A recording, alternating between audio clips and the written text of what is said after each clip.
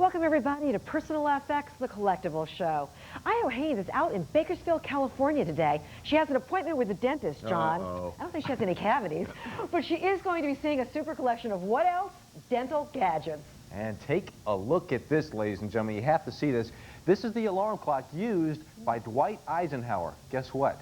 You can own it. It can get you up in the morning, too, for $2,000. Because on today's show, we are going to look at the personal belongings of past presidents on today's Personal FX.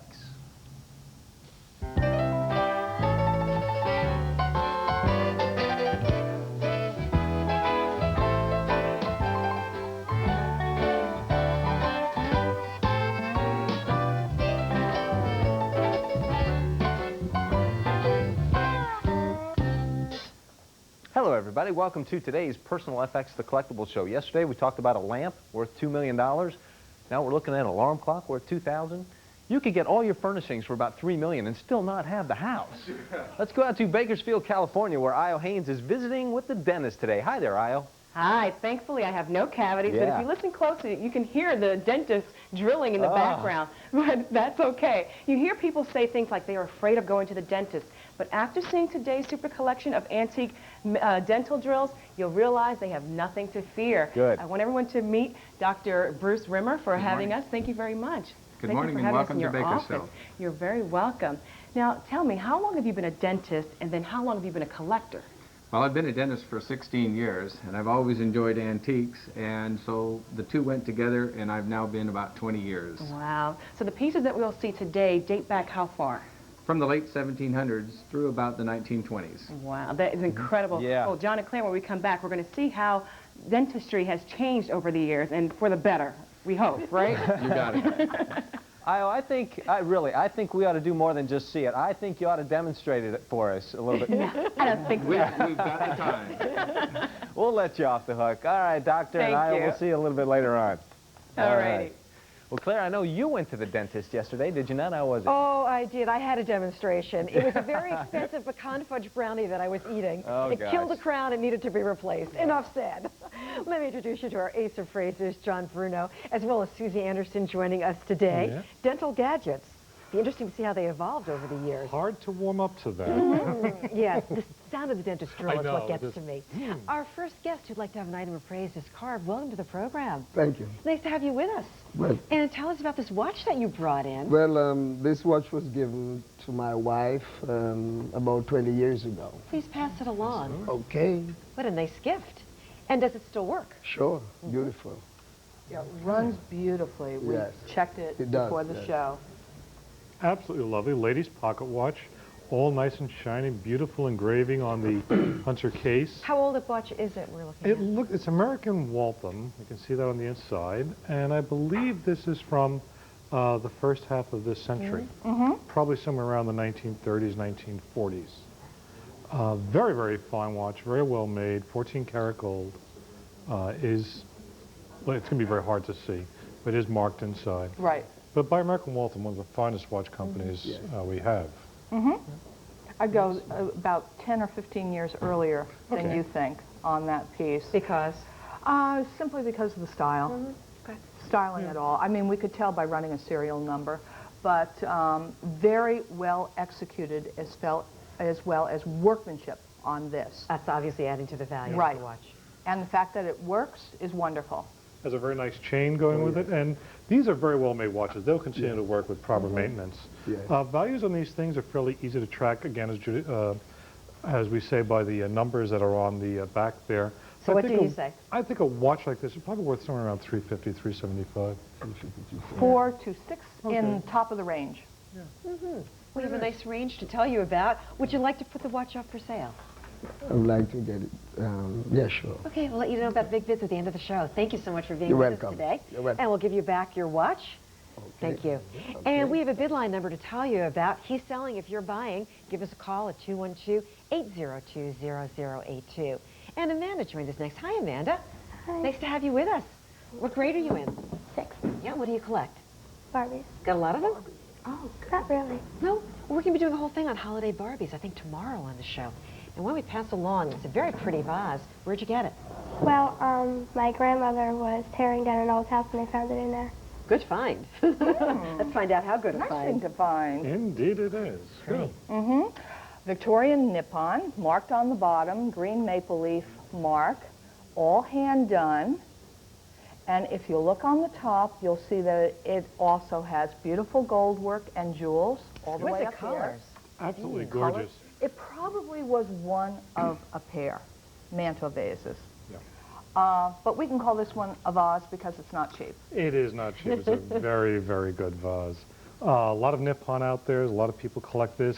The older Nippon ware is the most desirable. Part of the giveaway on that is the rose motif and all the beautiful gold trim work, little draped jewels here. It's a very, very fine piece. And by tracking the mark, you can put this into the middle of the Victorian period, basically. Yeah, it's a nice Victorian piece. Value-wise, outside of the city, about $300 to $350. In the city, I think it would be higher. I think you can push 500 with this. Yeah. Absolutely. It's a very, very nice piece.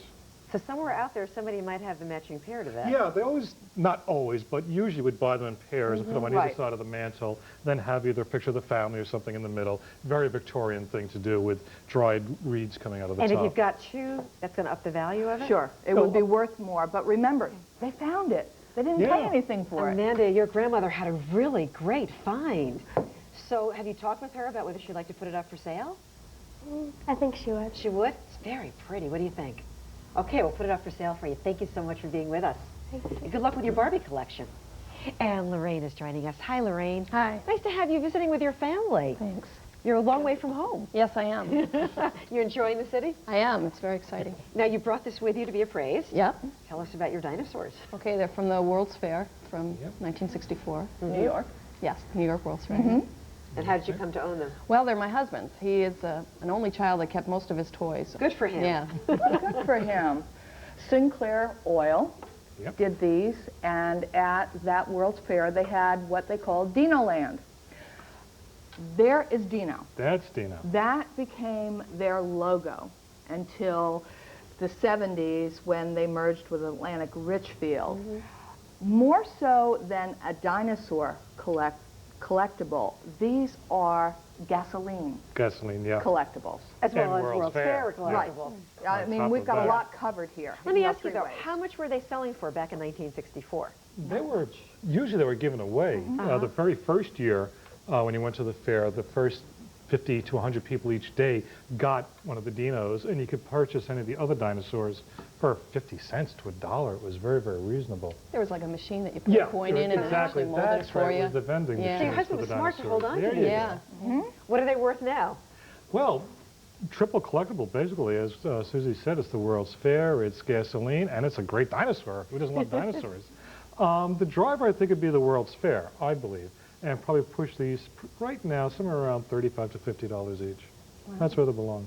As a gasoline collectible, advertising collectible, the marketplace, I've seen them sell for $40 a piece. Yeah. So Okay. we're in the same Yeah, ballpark. that's pretty cool. So what do you think?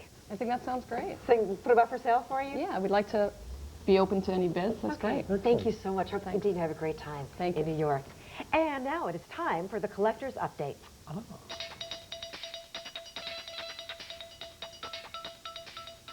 Well, we've all heard the story that a copy of the Declaration of Independence was found behind a picture frame. Well, it appears as though something similar has just happened again. A librarian in Connecticut was sorting through some historical documents at his local historical society, and he came across two interesting papers.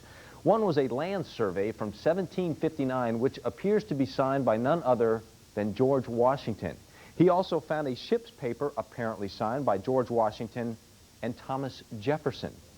He is on the phone with us right now. Randolph Carroll has joined us. Hi, Randolph. How are you? Good. How are you? First of all, I'm not a librarian. Okay. I'm on the Historical Commission.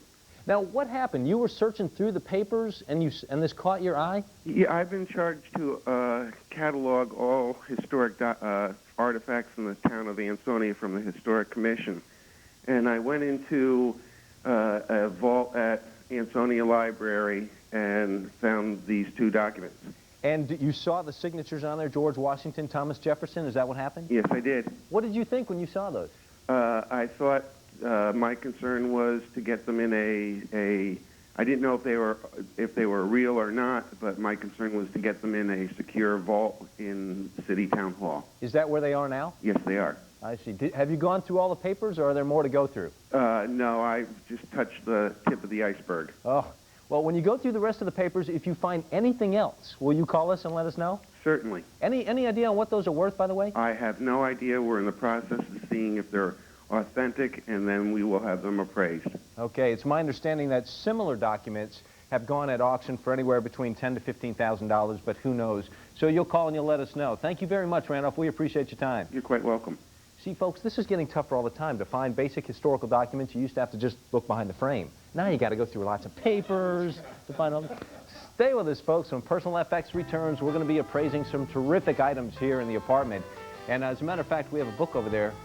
It's got papers in it. I don't know. I'm feeling past presidents. I don't know. Stay with us. We also have some items out in Bakersfield, California that we have to learn about, so don't go anywhere.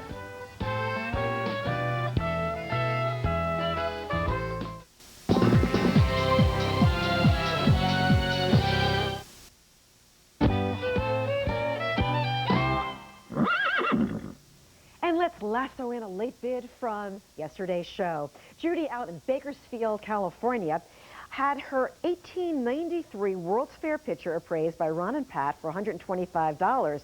Joyce from Corpus Christi, Texas, called in with a bid of $100, and Judy said she's going to be thinking about it. And that's the last roundup. We've got more appraisals to get to. John? All right, let's do it. Let's go out to Bakersfield, California, where Denise has joined us to have something appraised. Hi, Denise. How you doing? Good morning, John. I'm fine. How are you? Doing real good, thanks. What did you want to have appraised? Actually, this is the original Pony Express rider statue that the monument in Sacramento was created from in 1975. Sophia Comstock commissioned Thomas Holland to create the statue to commemorate the Pony Express. Now, how'd you get your hands on that? Actually, it belonged to an older gentleman who lived a few doors down from my boyfriend.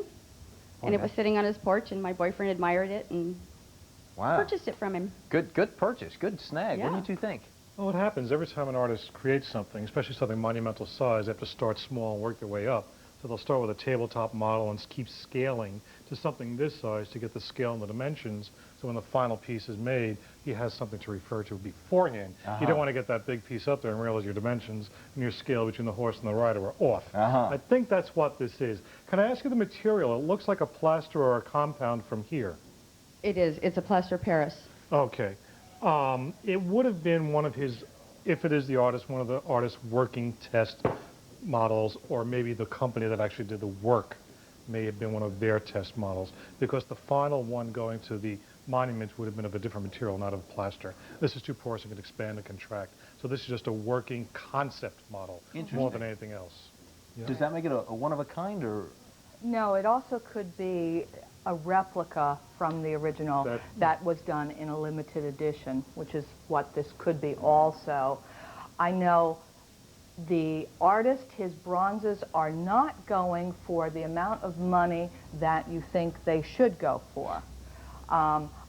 This actual artist, in a bronze this size, his auction comps are at $1,000, which is not a lot of money for a size that big. Okay, so the value on this one?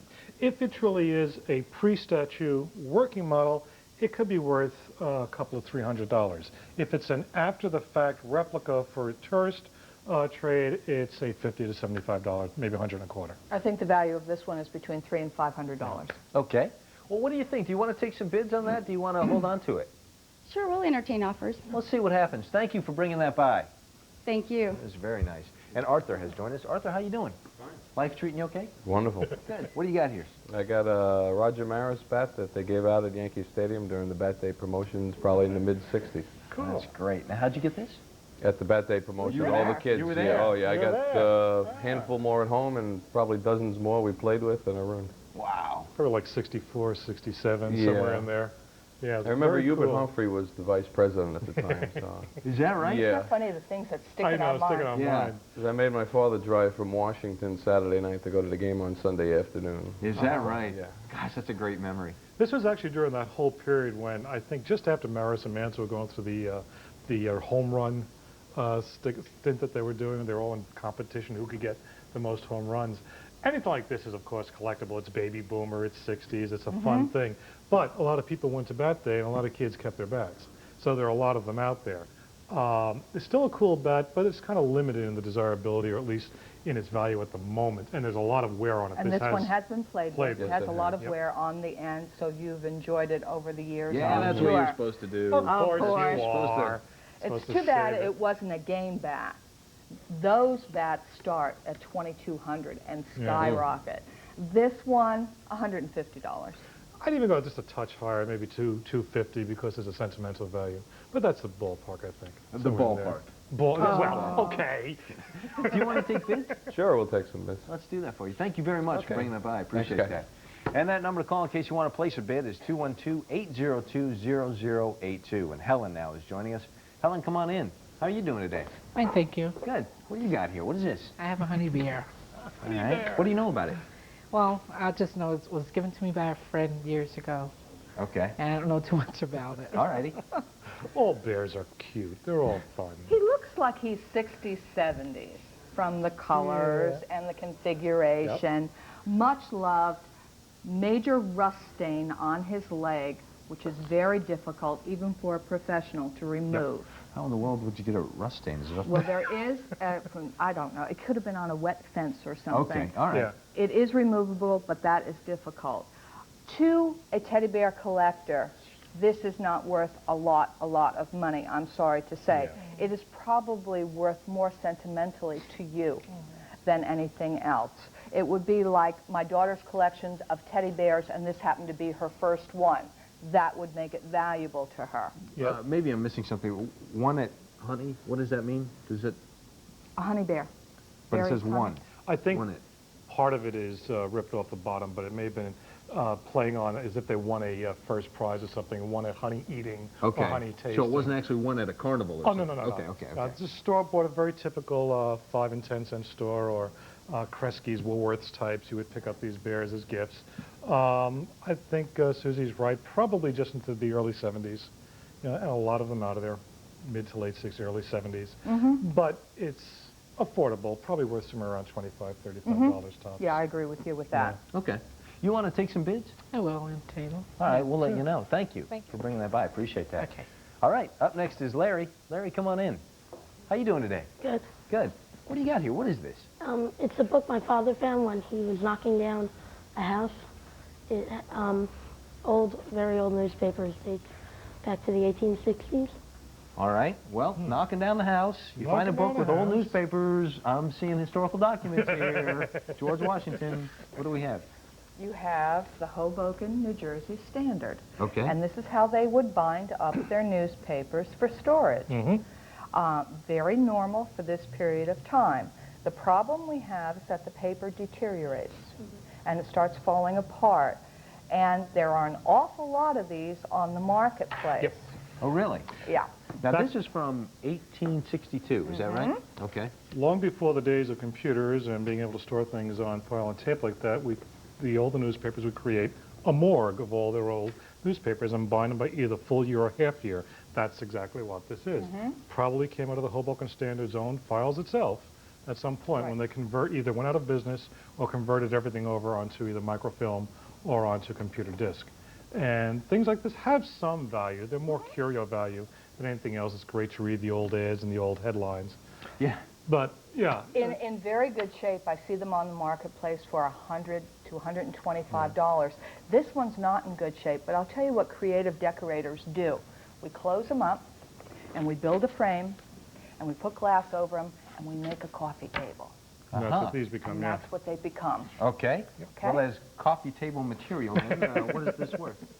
This one in particular, because of the condition, it's worth about $40. Yeah, $25, $35 because of the condition. It's very rough. Yeah. A little mouse-eaten.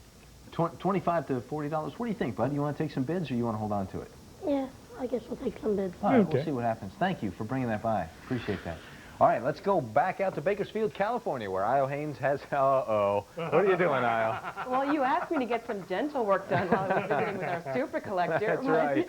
I'm actually going to have him demonstrate the difference between dental drills from the 1800s and today, but not on me, just in general. Right, Dr. Bruce? Well, this is a foot treadle kind of drill. This was devised in Philadelphia in the late 1800s. And it would allow it to go ahead and spin at about 2,000 revolutions per minute. Kind of rocky, a little bit of a vibration for most of the patients. Today, we have a high-speed handpiece that turns at about 360,000 revolutions per minute. Nice and clean, very fast, and hopefully very, very comfortable for you today. Well, John, I don't know about you, but I'm glad we live in the 20th century. When we come back, we're going to take a look at more dental instruments from the 1700s here in Bakersfield, California. Oh, my goodness.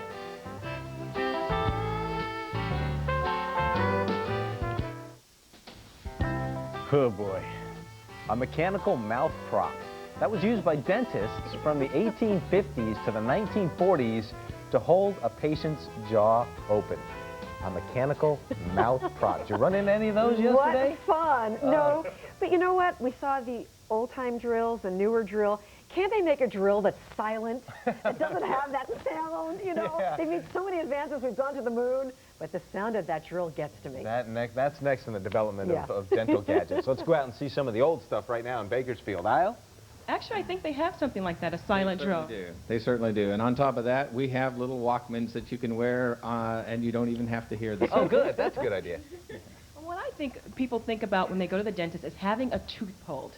What was that like in the 1700s? In the 1700s, of course, we didn't have any anesthesia, so we were stuck. When we were hurting, we had instruments that would help you to hurt a little bit more. And you have some of those in your collection. Yes, ma'am. Let's see them. These are tooth keys. These are from the late 1700s, used all the way through the 1800s as well. They were forged, and they would allow the dentist to go ahead and grab onto the tooth, and then he would just lock it into place and roll the tooth out. Remember, did he roll or did he yank it? Well, we tried to be technically good about that. Right. Oftentimes we would lose part of the tooth. We'd break part of the tooth off. Maybe other segments of the jaw would come out with that as well. Isle?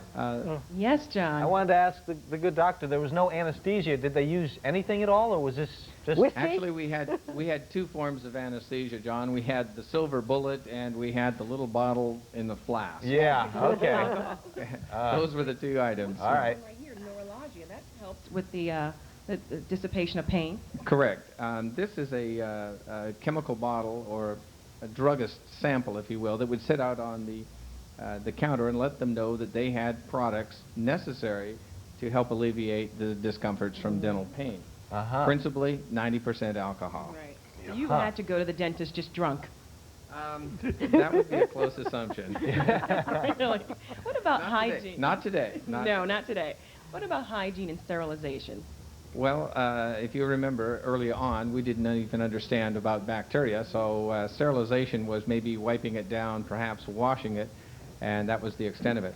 This is one of America's earliest sterilizers. This is 1886 out of Philadelphia, and the bottom tank would be filled with water. It was then placed onto a stove, and the stove would heat up the water and into a boiling situation, and the steam would then fill up into these cylinders, and you'd actually have a steam under pressure. The concept is very valid today. 1886, 1886. What about toothbrush? When do they come onto the market and people are actually using them as a daily hygiene practice? Well, earlier on, we used nothing more than wooden sticks and other items that we could kind of remove the plaque from. But then as we advanced, we have bone and wooden handled brushes. They used a natural boar bristle, and some of them were ornately done with like some silver handles. Were they using toothpaste at the time? Actually, we used toothpastes and powders that the chemist or druggist would go ahead and compound, and you can see some small samples of the jars here. So they were powder based. Correct, and they would just take a wet brush and then they would go ahead and lather that up like a soap. Probably didn't taste pepperminty like it does today, huh? And no fluorides. What other things were they using for hygiene? Well, one of the real common items was an item called a tooth or a tongue scraper. And this particular item was a very sharp blade across here, and it would be drawn across the edge of the tongue, much like what we're doing here, and that would remove any of the little bacteria or plaques or maybe your tongue? Definitely. Yeah. It's a very sharp instrument. But it was in a nice little tortoiseshell case, and it would allow you to put that into your watch fob pocket. And I understand that toothpicks were being used also. Correct. Gentlemen's toothpicks were very in vogue.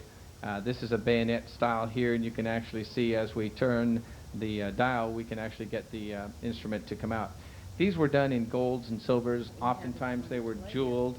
And so more of the well-to-do were the people who would utilize this more than the commoners, if you will. So in general, people who were wealthy were really concerned about their teeth or had the means of cleaning their teeth properly? It seems to be that way, yes. Well, thankfully, it's available for everyone to clean their teeth and Today. see their dentist all the time, right? Every 6 months, is it? That's right, and as I said, we still have room for you today. Hey, it's just the cleaning. Okay. We want to thank you so much, Dr. Rimmer, for having us in your office and showing us your collection. Well, thanks for coming. We've enjoyed it. Thank you. Doctor, you've made it a lot of fun. Thank you very much. We really enjoyed it. You're welcome. Thank you. Boy, it gives new importance to the thought of flossing, though, doesn't it? That's an important Well, thing. today they still sell the dental, the scrapers, but they're not as sharp. Really? But you can brush your tongue, get rid of all that bacteria, John. Is that right? You certainly can. I assume it works well. I assume.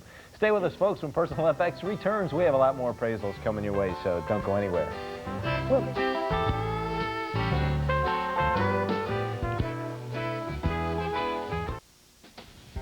Well, you know what Atlanta, Georgia, Pensacola, Florida, and the New York tri-state area all have in common?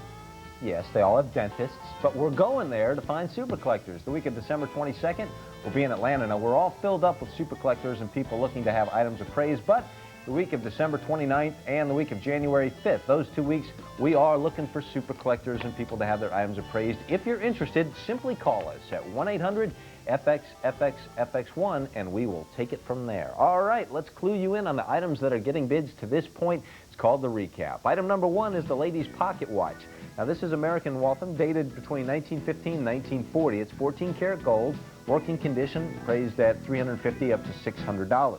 The Nippon vase, Victorian era, green maple leaf mark, hand decorated, may be part of a pair, appraised at $300 to $500. Then we got the dinosaurs. There's 2 of them, Sinclair gasoline advertisements from 1964, 1965 World's Fair, and that was appraised at $70 to $100 for the pair. We also have the Pony Express Rider. Now, that's made of plaster of Paris. It's either a working concept model or a replica of the original, and that was appraised anywhere from $50 to $500. We have the Roger Maris bat. This is from the 1960s. That comes from Roger Maris Bat Day. It's got a little bit of wear, and that was appraised at $150 to $250. Then we've got the teddy bear, the honey bear. This has got some stains. The condition is worn. That's from the early 1970s, appraised at $25 to $30. And last but not least, we got that book of newspapers. This chronicles the Hoboken Standard, and the paper's a little bit worn, and that was appraised at $25 to $40. If you'd like to place a bid on any of these items, here's a number to call, 212-802-0082. Now we're going to get back into some more appraisals. And Claire, I think there's a lithograph or something we have to look at. Yes, and John, I know you're going to be looking at presidential memorabilia a little later on. This looks quite historical that Harry brought in. Hi, Harry. Welcome to the program. Tell us about what you brought. It's interesting. Well, it's been in the family as long as I can remember. And it was supposed to be done by one of my family members, but I don't know who it was. And now it's mine. Okay, a little piece of history. Well, number 1, I'm going to correct you. It's not a lithograph. It's a steel engraving, which is actually better. Okay? And usually, we can find that kind of information as to who did the engraving down at the bottom. At the bottom. But there is not the information we need there. No, unfortunately. Why don't you tell us what we're taking a look at here, because it is a piece of history. Seems to be a depiction of the signing of the Declaration, at least something with that. You have the obvious Ben Franklin and the signers of the Declaration there. Very typical theme at the time, probably 1920s, 30s, somewhere there, or back to the 1880s, 1890s, but an awful lot of Americana coming out of those days. And steel engraving was very typical of that time as well. One of the quick ways to tell steel engraving is to look very closely, which we did just during the break. Here in the background, you'll actually see the lines where they went with the tool and engraved into the steel plate. So a steel engraving is going to be more valuable than a lithograph? There's more. It's closer to the original. What you do is you engrave into the steel plate and you roll right off that to make the print that we're looking at. How much is this worth? Fairly mass-produced, even with that. A piece like this, there's some wear around the edge and a little water damage. but probably worth somewhere around 175 to 225. Yeah, I'm going to go in the same range because although the frame is from the period, which is Victorian, there's also damage on it. Yeah. A nice item to have in your family. Do you want it to stay in the family, or would you be interested in taking some bits? Okay. Thank you so much for being with us today. Thank you. And let's go back out to Bakersfield, California, where Dennis is looking for an appraisal. Hi, Dennis. Welcome to the program. Hi there. Good to have you with us. Please tell us more about what you'd like to have appraised. Well, I have these two Tiffany candelabras. They're on a copper stand, and they are marked. If I can get this out. They're very lovely looking. They're marked LCT down here on one side and CAB on the other, which I believe is the man who actually did the glasswork. LCT, Lewis Comfort Tiffany? Yes. And how is the metalwork signed? Metalwork is not signed. One of them is damaged. The seam broke, and I've been reluctant to fix it. I didn't want to ruin the patina. Yeah. All the original stands and metalwork would have been signed, as well as the glass insert itself. Right. If it is truly Lewis Comfort, it's signed somewhere, or it could be marked Tiffany Studios. He have executed the glass, and a worker would have executed the stand for it. Right. These could be secondary stands made later after the issue, but they seem to fit very, very well indeed. Well, I've been told they're probably secondary because they're taller than the original. Okay, that makes some sense then. Even with that all said, to have assigned base tops like that, candelabra, whatever you wish them to be, I would not put a candle in there, folks. Don't do that. No. It's more as a decorative ornament.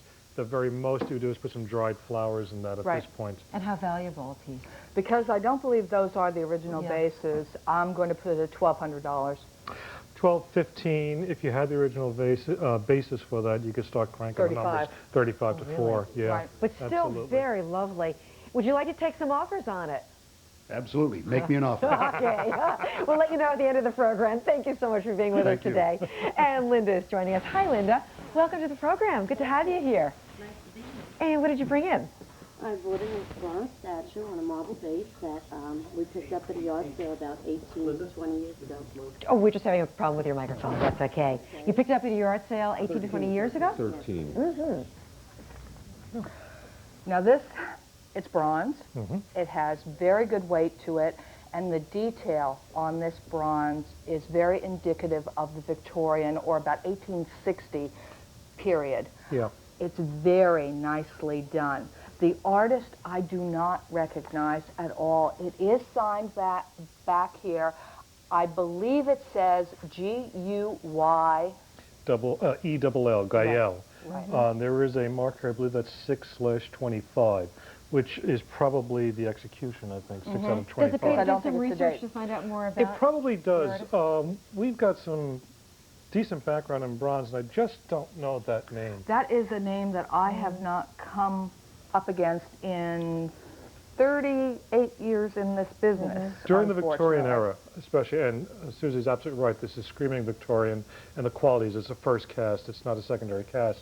An awful lot of people, primary artists and secondary artists, were dabbling in bronze. It was sort of the medium to work in those days. So there are a lot of other people out there which may not be the first tier of artistry, but do have some pin value. you down, though, in terms of the price. Oh, I think even with that, it's easily between $1,200 and $1,800. 18 to 2 at the tops. Surprised? That's a lovely piece. How much did you pay? Nothing. Oh, well. My mom gave it to me from the yard sale. She paid. I think it was like $16, an odd price, $16 or $18. So what do you think? Would you like to put it up for sale? I'd like to take some bids. Okay, we'll do that. Thank you so much for being with us today. And out in California, Jess is awaiting an appraisal. Hi, Jess. Good to have you with us. Hello, Claire. And what would you like to have appraised? I'd like to have my bracelet appraised. It's a McClellan Barkley bracelet. I believe it's from the 1930s. And where'd you get it? I picked it up at a yard sale. Since I've been watching the show, I can't hardly pass one up. Good for you. It's pretty. Markings on the inside of any sort? Yes, there is. It's stamped McClellan Barkley. Okay. Go back to the, go get a close-up of the jewel work on that again. It has a very late 30s, early 40s look to it. It's an interesting execution of the rhinestone pieces and the amethyst on a metal base. I'm assuming the metal is a base metal, not gold. Yes, it is. It hasn't been polished. It's a metal base. Yeah. What do you know about the maker? It's a Well- name. Go ahead. Please. Well, what I read, I didn't know if she was talking to you or to me, That's but okay. Go right ahead. I believe he was a naval commander in the 1940s. Yeah. And he went down with the ship. That name has popped up more related to ship history and naval history than to jewelry. Now, it is very typical that he may have been an artisan himself working in these mediums prior to the war and continues to dabble during the war. Yes, he made bronzes and paintings. Yeah, makes perfect sense. I think we're looking at a fairly limited piece, not a lot of this name popping up in the costume jewelry books at all. So I think you've got a fairly unique item here. Yeah, I have a hard Very time well finding it. executed. Very well executed. And well priced at? 150 to 200 in my marketplace. I'm thinking 250 to 350. It's a very, very good looking piece. Would you like to put it up for sale? Yes, I would. Okay. I'll take bids. Thank you so much for being with us today. Thank you, Claire. Oh, we've got something really wonderful coming up. John is going to be taking a look at past presidents, things that were personally owned by them and used by them. Just how valuable are they? Stay tuned.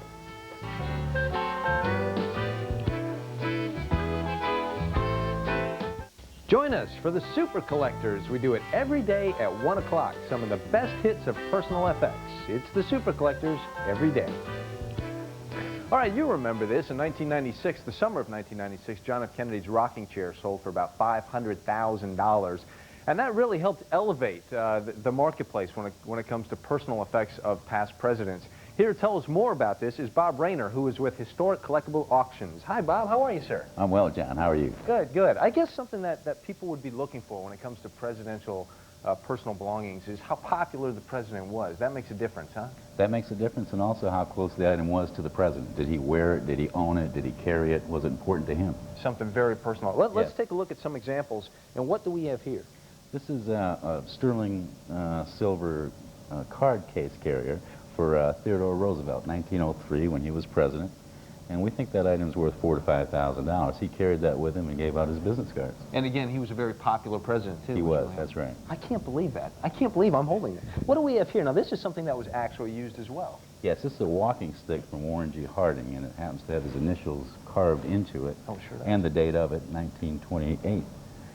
Again, a popular president, and this is something that he actually used. We know that. That's right. So he would walk around with that. And the value of this? We believe it's $1,500 to $2,000, but we'll find out in January. All right, when your big auction ends, we'll tell the folks about that in a second. Now, here's something. This is Zachary Taylor. Now, he might not be one of the most popular presidents, but this is something that he had in his pocket. Is that right? That's right. That's a match safe, and that will go back to about 1840. So it's sterling silver. It does have his initials on it. Zachary Taylor, the 12th president, also died in office, so a very collectible item.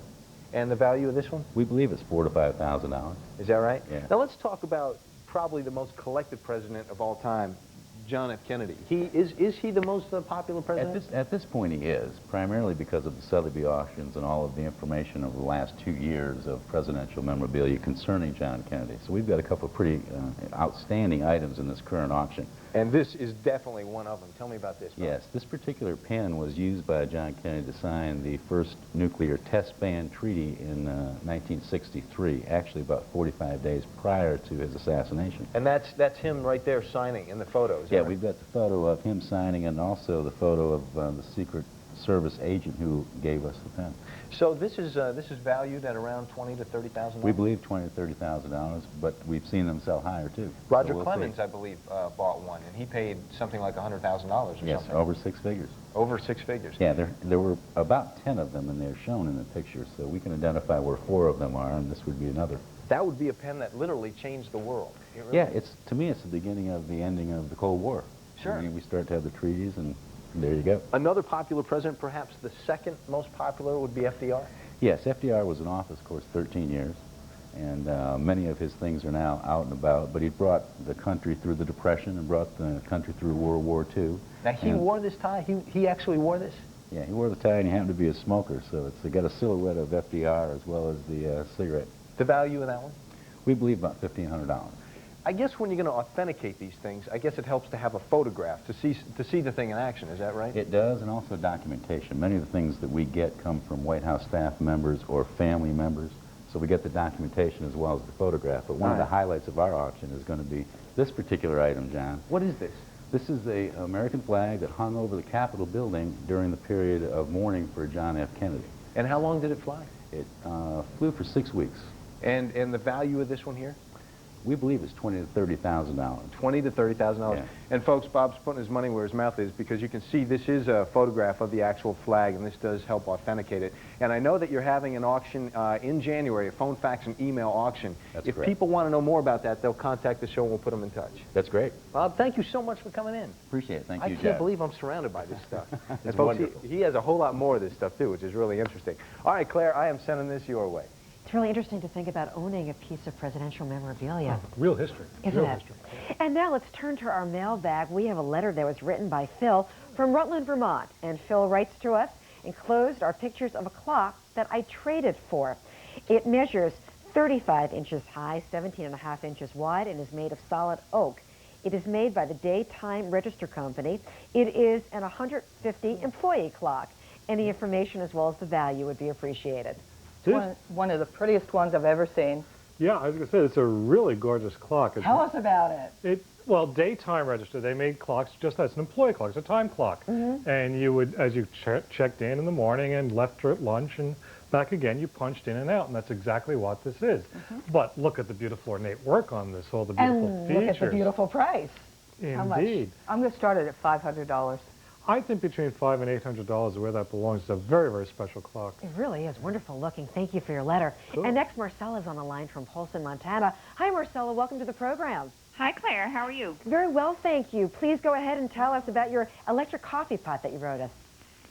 Yes. My mother gave it to my grandmother in 1932 for Christmas, and it's never been used. My grandmother didn't like my mother, so she never used it. We're getting a little family history. Oh, yeah. It's 11 inches tall and 10 inches from the tip of the spout to the handle. It's a ceramic pot with the base and the lid is chrome, and the magnet does not stick to it. Let's appraise it for you. Well, you can have the last laugh because you can sell it between $50 and $75. And use it because it makes a darn good cup of coffee. I'll tell you, I have one, and it's a wonderful working pot. Really? Yeah. And a good story as well. What do you think? Would you like to put it up for sale? Yes, I would like to take bids. Thank you so much for being on the line today. Candor, refreshing. I like that. And we're going to be telling you about the big bids in a moment. Stay with us.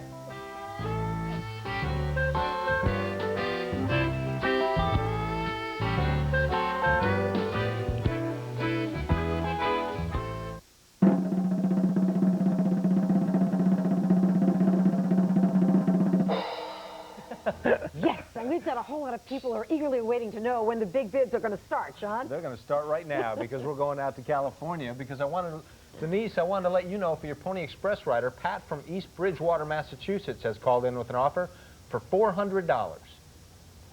Actually, I'd like to think about it. Okay, you can do that. Carved with the lady's pocket watch, Debbie from Mount Vernon, Pennsylvania has called in with an offer of $673. I'll think about it. All right. Thinking about it. Amanda with your Nippon base, Richard from Daly City, California wants it for $700. I'll think about it. Oh, you gotta think about it. Tough customer. Lorraine with the plastic dinosaurs, Ellen from Hollywood, Florida wants them for $100. Both of them? Uh-huh. I'm going to think quickly about it. All right, you think, take your time. We'll go back out to California where Dennis brought the art glass candlesticks. Dennis, Judy from Central Point, Oregon has called in with an offer of $2,155. Whoa, that's a sell. That's a sell. Yeah. By the way, Judy from Central Point, Oregon called in Same with person. an XDS for something else. All right. Let's go back out to California. Jess, for your costume jewelry bracelet, Judy would like it for $325.90. Wear it in good health. Okay. And Helen, for your teddy bear, we have an offer from Wayne from Milledgeville, California for $40. Sold. Larry, for the book of newspapers, Linda from Peters Creek, Alaska, would like it for $100. I'll think about it. And Harry, for your steel engraving, Helen from Wareham, Massachusetts, is offering you $100. I'll think about it. All right. Let's go back out to California to thank Io and the good doctor for a job well done today, gang. Thank you very much. Thank you, Dr. Bruce Rimmer, for showing us your collection and taking time from your busy schedule to be with us today. You're welcome. Thank you. Tomorrow we're going to head up to Tehachapi to look at recreational vehicles. Tehachapi. All right, we'll see you then. Tehachapi. Sounds like fun. Yeah. And we also want to thank our wonderful appraisers, Susie Anderson and John Bruno. Great to have you with us. It's been a pleasure having you all in the apartment. To all of you at home, make the most of your day, and we look forward to seeing you back here tomorrow. So long, everybody. Yeah. Good. Thanks for coming in. Thank you. If you'd like to be a guest, or you have a story idea or a comment, give us a call at 1-800-FX-FXFX1, or reach us by fax at 212-802-4201.